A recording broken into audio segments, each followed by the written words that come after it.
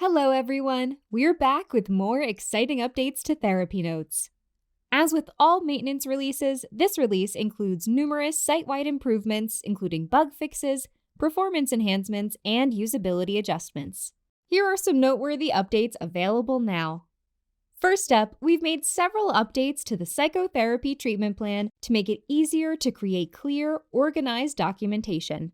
Each goal is now labeled as treatment goal, and the former treatment goal field has been renamed Goal Description for improved organization and clarity. In addition, you can now choose from the new 5-week, 6-week, and 7-week options for estimated completion of objectives and interventions.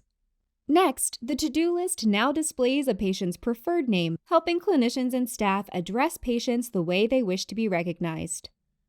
If a preferred name is saved in the patient's profile, it will automatically appear across all to-do list views. If not, their legal name will still be shown as before. This small change makes a big difference in creating a more personalized experience for your practice. Additionally, we've introduced a new warning message that appears when submitting a primary claim if a client has an active secondary insurance policy that isn't included on the date of service.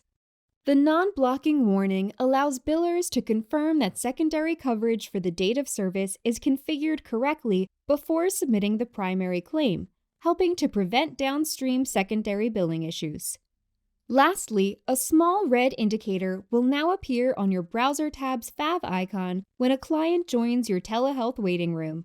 This subtle visual alert makes it easy to spot new arrivals, even if your sound is off or you're working in another tab. This release also introduces new features that will be announced and enabled over the next few weeks. Be sure to check out our blog for more information, and don't forget to follow us on Facebook, Instagram, LinkedIn, and TikTok. Bye!